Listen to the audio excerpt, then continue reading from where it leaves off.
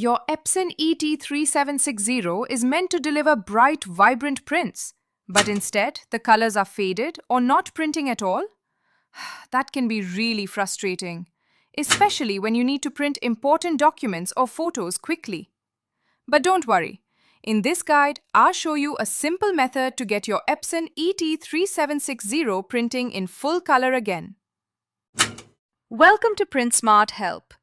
If you need instant support, you can call the number on your screen. Start by opening your printer's control panel. Use the arrow buttons to navigate through the menu until you find the maintenance option. Then press OK to open it. From there, select Nozzle Check and press OK again. When the printer asks you to load paper, place a few blank sheets into the paper tray. After that, tap Print and allow the printer to generate a nozzle test page showing all the color patterns. Once the test page is printed, inspect it carefully. If you notice missing sections, broken lines, or faded areas in any of the colors, that means one or more printhead nozzles are clogged. Press the Home button on the control panel to return to the main menu. Now go back into the maintenance menu using the arrow buttons and press OK. Next, choose the Printhead Cleaning option and confirm by pressing OK once again. When the confirmation screen appears, select Start to begin the cleaning process.